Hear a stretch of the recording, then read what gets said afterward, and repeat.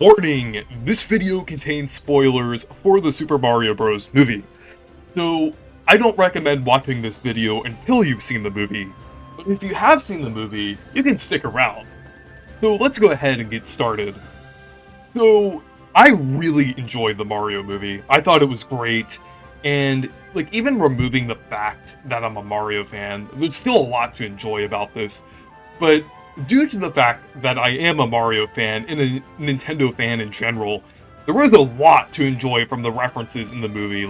During the whole movie, I was just picking out certain references, oh, it's that one power-up, oh, it's that one song, it's Bowser's Fury, I just, kept going throughout the whole movie, but I really appreciated it, and I really appreciate how they incorporated the references in this movie. It really didn't feel forced. It feels like they kind of implemented them seamlessly into the world of Mario and Brooklyn. So I thought that was really cool how they handled the references. So I kind of wanted to give some of my thoughts on the references in the movie. In Brooklyn, they had a lot of Nintendo references and a few Mario references as well.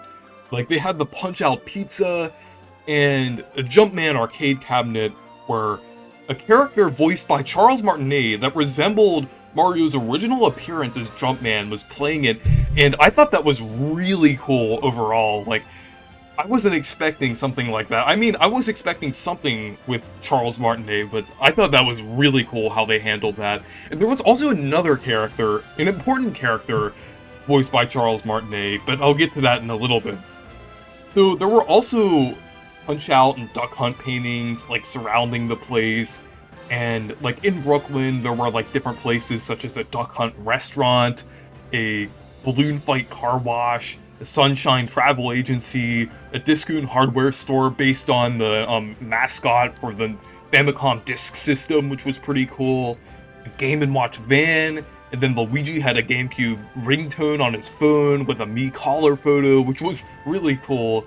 I think that was revealed in one of the trailers, but I thought that was really cool that they acknowledged the GameCube like that. And then in Mario's room, he was playing the NES with Kid Icarus, and there was a R-Wing on top of Mario's TV from Star Fox, which was pretty cool. And yeah, I really liked how they handled all of the Nintendo references in Brooklyn around the beginning of the movie. It was really nice to see, and I wasn't even expecting the Nintendo references at first. I know they basically confirmed it a couple weeks before the movie released, with some of the trailers and things, and some people even picked apart some of the references back when the Super Bowl trailer released, referencing the Super Show with that one ad and everything. But I thought it was pretty surprising to see this many Nintendo references around the beginning of the movie. It was really cool, and there were definitely a lot of references to the 80s NES or Mario, or not just Mario, but Nintendo games in general. And I thought it was really cool overall. And just both the arcade games and the NES games, just seeing all of those references there was pretty cool. And it's very fitting considering the fact that this is one of the first feature Nintendo films, at least in quite a while, not counting Pokemon. It's just really cool to see, all of these Nintendo references here. And even, at the very beginning of the movie, with the logos and everything, with the Illumination logo, they had, a minion, of course, in a cart, which I thought was pretty cool. I know the minions can be annoying sometimes, but they handled it fairly well. They didn't make the minions do something stupid. It was kind of funny. And then they also had the Nintendo movie logo, which is the first time we've ever seen this before, and it's pretty surreal seeing it in the theater. I thought it was funny because someone actually mentioned it while the logo was playing. They were like, "Oh, it's kind of surreal seeing the Nintendo logo in the background." But that's basically my thoughts. I thought it was really cool seeing that there, but yeah, it basically showed the 8-bit Mario and Luigi on there with their modern colors, and it was just really cool to see. And I'm really hoping that there will be more Nintendo movies in the future because of this. But yeah, there were also many other Mario references sprinkled throughout the movie, of course, because there's the various power-ups, the Super Mushroom, Mini Mushroom, Cat Suit, Tanuki Suit, fire flower and ice flower that were kind of showcased in the movie. They showcased the power-ups pretty well, and I like how they were handled. They also showed the antique shop and the Mushroom Kingdom, kind of showing more like references to like the NES and like the 8-bit era and different things. I know sometimes like in the Mario series that like some people criticize the nostalgia pandering, but in the context of this movie, it worked pretty well, and it was pretty nice to see how it was implemented. It was just pretty nice, because you usually don't see stuff like that in a movie. Well, I mean, aside from stuff like Wreck-It Ralph or Pixels, but like they showed the more like obscure and very Mario specific things, which was pretty cool. Like, they even showed, like, the potion from Super Mario Bros. 2 in the background, like some NES cartridges in the antique shop, like the warp whistles from Mario 3, even a few other things like the boomerang flowers and, like, the cat bells and different things like that, and I think a hammer as well in the antique shop thing. But even though that was in the trailer, it's still, like, just pretty cool to see that in the movie in general. And like, they also reference things with Donkey Kong, like Donkey Kong throwing the barrels, like with the fight with him and him using the moves from Smash Bros. That scene in general was great. Like, that was the one scene that was like perfectly paced, and like the action was choreographed very well in that scene. The power-ups were used pretty well. It was just a very nice scene to watch. That was just really fun overall, but there were definitely a lot of references there, and I think even the music in that scene was kind of referencing, like, various Donkey Kong things, but I'll get to that in a little bit.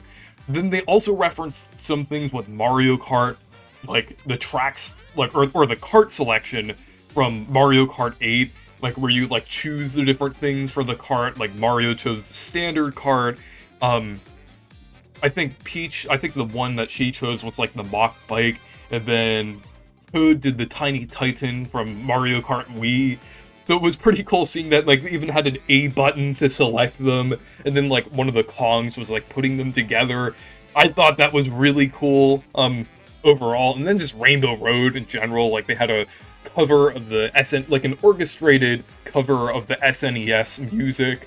That was just really nice to see overall. Like, that chase scene on Rainbow Road was just really cool overall. Like, they even referenced anti-gravity, and like one of the parts where like Mario was like when his cart got destroyed, like he like eventually got up to like Donkey Kong's cart, and he was like riding on the back of it, and it almost looked like Mario Kart Double Dash because there was like a seat in the background. Like, I remember during the movie I was like, Double Dash, when they were like on the cart there, but I thought that was pretty cool. And yeah, just overall the Mario Kart scene was pretty cool. And then like even some other scenes in the movie, like there was like a montage of Mario, Peach, and Toad going through different areas like Yoshi's Island, the Rock Candy Mines, Bob-omb Battlefield, and Toast Arena. I was a little disappointed at first that they didn't show more of these areas, but the areas that they did show in the movie, I feel like they did show them enough and they fleshed them out pretty well, so they didn't really need to show these areas too much. I just appreciate that they were shown in general. I think another one that I didn't mention was one of the levels from the like original Super Mario Bros. With that one level with the bridge with the Cheeps jumping over it. But yeah, it was still cool to see like a montage of different areas from the Mario series. And like there were even some other like details too, like Mario and Donkey Kong using a rocket barrel. Like it was almost exactly like the rocket barrel from Donkey Kong Country Returns, and I think it was also in Tropical Freeze. I'm not sure. I might be wrong, but they basically used like the rocket barrel that was attached to Donkey Kong's cart, but they use it like how they do it in Donkey Kong Country Returns, which I thought was pretty cool. And then on Bowser's piano, when he was doing that like song, like it had Ludwig von Koopa on there, like the Koopaling, one of the best Koopalings, honestly, but I thought it was cool that they referenced that. And then the final fight with Bowser, like Mario was swinging Bowser by the tail. And then they also had various references throughout the movie, like they referenced Mario's like idle pose from Mario 64 during one of the parts.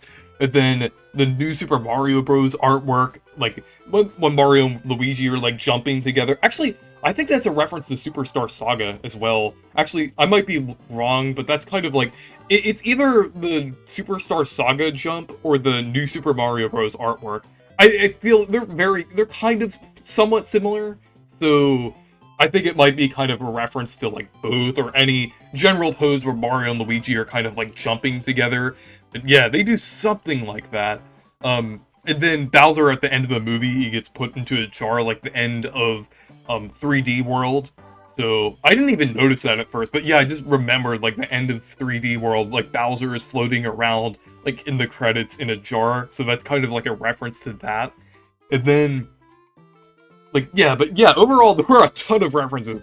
And that's not even close to all of them. That's probably not even half of them. Like, overall, between both, like, the Nintendo references and, like, the Mario references in general. And yeah, I thought all of those references were pretty cool. And, like, other aspects of the movie were pretty cool as well. And they kind of showed things that I didn't even expect at first. Like, they showed Mario's family for, like, the first time ever. Like, I mean, there are small, very obscure, like, instances where they've shown, like, people that are, like, claimed to be Mario's family and everything. I mean, technically they did show Mario's family at the end of Yoshi's Island, but they didn't even show who they were and everything. But yeah, this is the first time we're actually getting an official look at Mario's family, which is really cool. And it's something that I didn't even expect Nintendo to do. I didn't even expect Nintendo, like, to approve this. But I mean, like, just, it makes so much sense. Like, with Mario's family and everything, it kind of emphasizes that they're Italian and everything. I know back in the early 2010s, like, Nintendo was trying to erase the fact that Mario was Italian and a plumber and from Brooklyn, but I feel like they're they're kind of they're erasing that erasure. Basically, they're kind of reinstating the original ideas they had for Mario and some of those ideas they had for Mario back in the 80s, which I think is pretty cool. But it's pretty cool since Mario's dad is actually voiced by Charles Martinet, which is really cool. And I mean, it kind of makes a lot of sense too. And like, they show his character as kind of being mean to Mario at first, like kind of being annoyed that what Mario was doing with the plumbing and everything, like with his job. But then at the end of the movie, he finally sees how Mario truly is, and then he's proud of Mario and everything, which is kind of nice to see, like how he kind of changes a little bit. And then there's also Mario's mom as well. I'm not sure who she's voiced by, but I think it was pretty cool to also see like Mario's mom as well, and then some other family members as well. Like I think some of Mario's like uncles and cousins and things. And yeah, it was just really nice to see overall. And yeah, and then another thing was with Mario's character, which I liked. There's nothing crazy they did with Mario's character, like no like super in-depth character development, but there is a bit of development there, more development than you'd expect to see from the games. Like even the RPGs, like more development than those. Like it kind of makes sense since it's a movie, obviously, but I like how they portrayed Mario. And like I said in the last video, I feel like Chris Pratt as Mario sounded surprisingly natural, and it actually fit fairly well. I mean, even though Charles Martinet would have worked better in my opinion, I still feel like Chris Pratt did a pretty good job as Mario in the movie.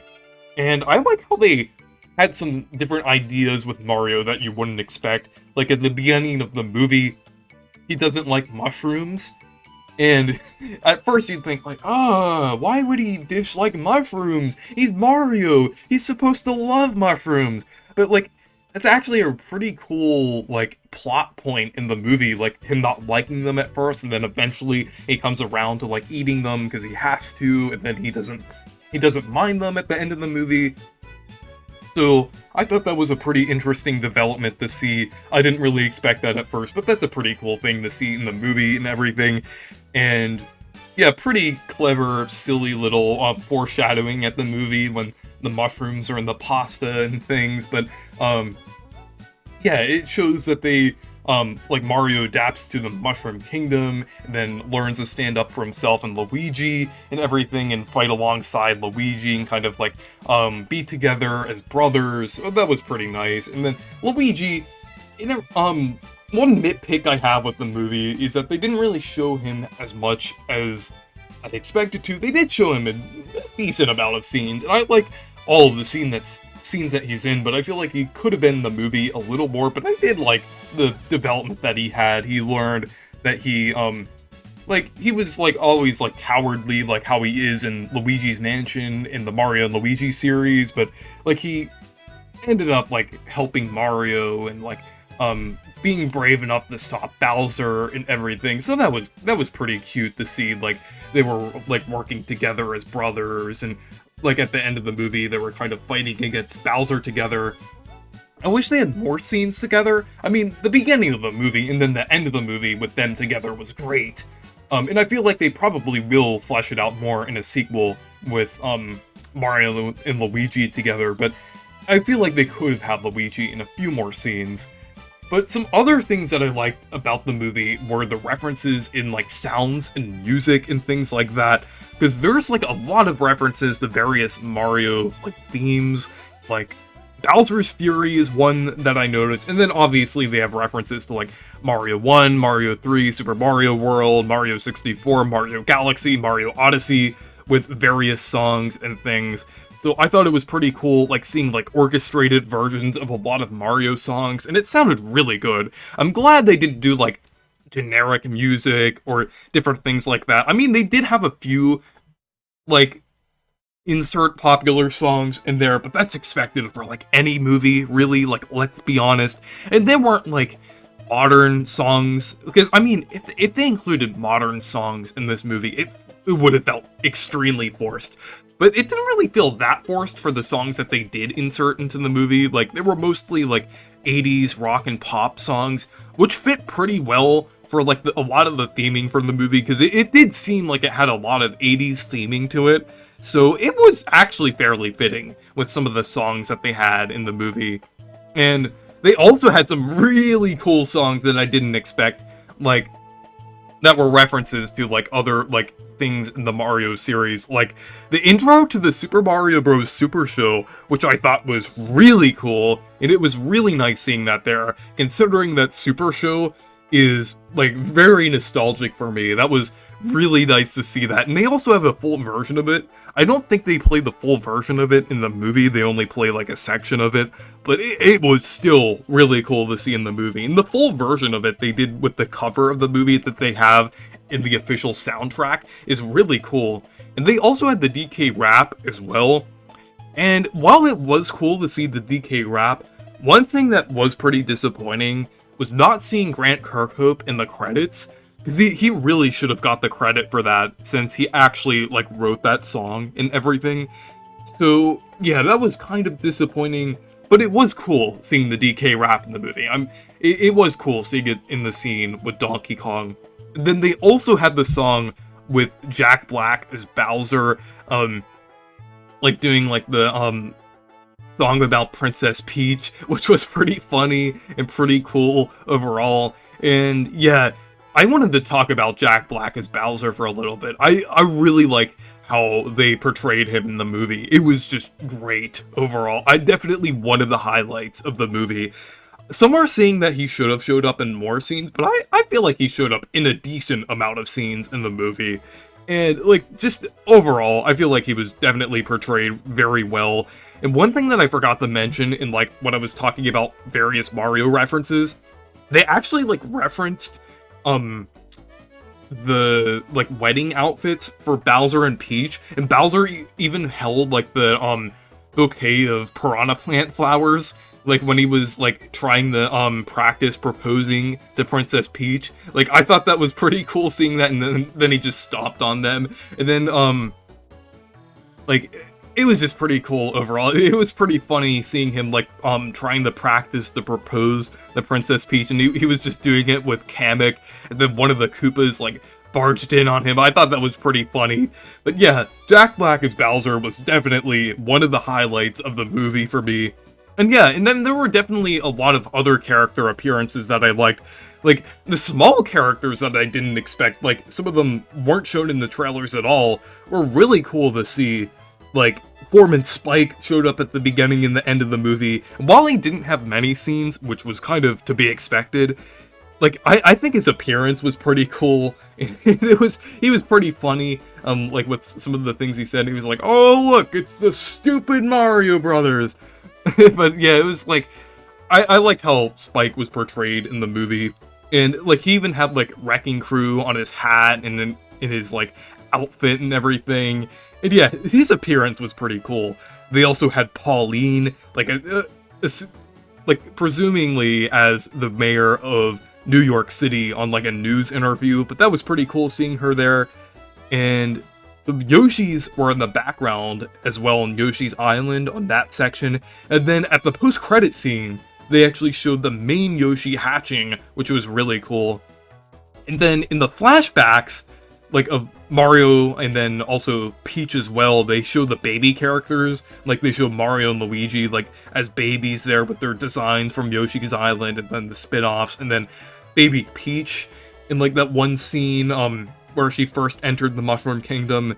And I thought I think it's pretty funny. It's technically a Partners in Time reference to see Baby Peach. I know everyone's saying that, like, about, like, when people ask for Mario RPG characters in Mario Kart, they say, oh, Baby Peach is from Partners in Time. But yeah, it's pretty funny. But yeah, they also had Diddy Kong, who was rooting for DK. Like, Cranky Kong even name-dropped him. And he was like, that means you, Diddy Kong! But yeah, I thought that was pretty cool to see Diddy Kong there. And then there was also, Dixie Kong and Chunky Kong sitting next to him, which was pretty cool. And then there was also a blue-shelled Koopa, which was kind of, like, psychotic and ruthless and just trying to destroy everything. Like anyone using the blue shell in Mario Kart. But yeah, I thought it was pretty cool that he actually had a, kind of an interesting appearance, since he just, like, kind of kamikazed, Mario and Donkey Kong and just acted like a blue shell and just, blew up part of Rainbow Road. But yeah, I thought that was a pretty cool reference.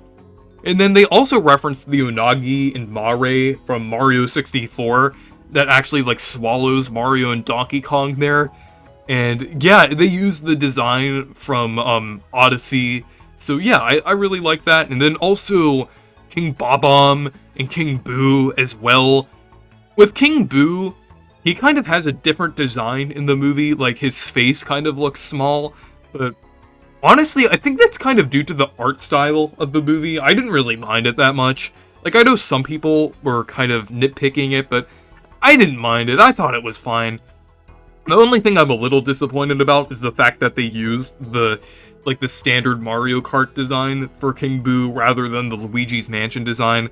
But I guess in the context of this movie, it kind of makes sense, because it's kind of like, it kind of shows him as, like, Bowser, working for Bowser and everything. And when, like, in Super Mario 64 DS, he has, like, that standard design, and technically in that game, he's kind of, like, doing the same thing, kind of working for Bowser and everything. But I guess when he's on his own with Luigi's Mansion, he kind of transforms into that spookier design you'd expect to see from Luigi's Mansion. So if there is a Luigi's Mansion movie, I would expect him transforming into the Luigi's Mansion design of King Boo. But I was fine with King Boo's design, honestly. I just thought it was cool seeing him in the movie in general. And with the King Bob-omb, I thought that was amazing, because I love King Bob-omb as a character, because, I mean, I main him in Mario Golf, and I just thought it was pretty cool overall. And they even have, like, him blowing up and everything,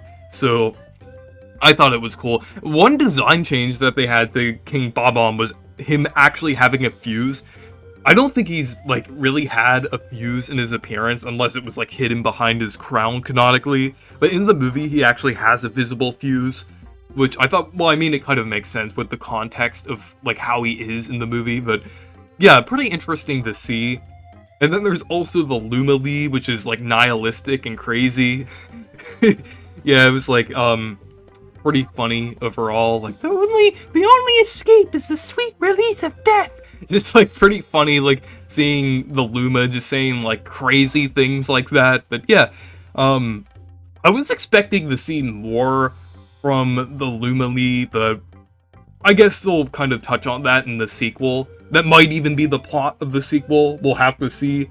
But yeah, there were also some lesser-known Mario enemies, such as like Bramballs, Sniffits, Bitty Buds, and things, which were pretty cool, and they were kind of incorporated pretty well.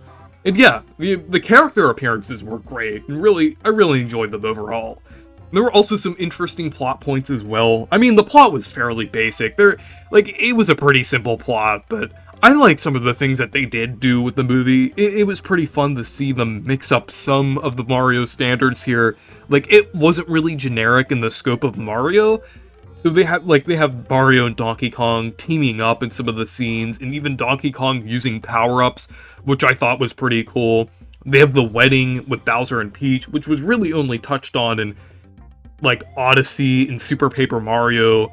And then the fact that Princess Peach is not originally from the Mushroom Kingdom was pretty interesting to see. And then also the fact that it shows, like, Mario's family and everything was also great. And then also the final fight against Bowser being in Brooklyn was pretty cool. Almost kind of reminded me of the 1993 Mario movie where President Koopa like transports over into like the real world in that movie. Kind of reminds me of that a little bit from one of the scenes from that movie. But I wasn't expecting that. I was just expecting like a standard fight in the Mushroom Kingdom or something. But that final scene with the fight against Bowser was really cool, and the setting was definitely unexpected. But yeah, even though the plot was fairly simple, there were a lot of interesting things that they did do with the movie. And yeah, but even though the movie was amazing, I did have a few nitpicks with it. I feel like the movie could have been a little longer. Like, 10 to 20 minutes longer, so they could have like fleshed out some of the scenes, like maybe show more scenes with Luigi, or have like a bit more at the beginning in Brooklyn. But yeah, I feel like some of the scenes should have been a bit longer, but it was mostly paced pretty well. I liked the fast pacing of the movie. I just wish some of the scenes would have been a little longer, and yeah, a little more background with Luma Lee, like I mentioned. But yeah, anyways, I really enjoyed this movie. One of my personal favorite movies, honestly. Like, it's just really enjoyable overall. Even if you're not too much of a Mario fan, it's still a decently good movie. But if you are a Mario fan, this is a must-watch. Like, there's so many things to enjoy about it. But yeah, I will eventually do a full review of this movie when I watch the movie again a couple times. But yeah, anyways, those are kind of my discussions on some of the spoiler aspects of the movie. So yeah, thank you guys for watching this video. Make sure to leave a like and subscribe for more. And make sure to check out my Discord server if you want to. Goodbye.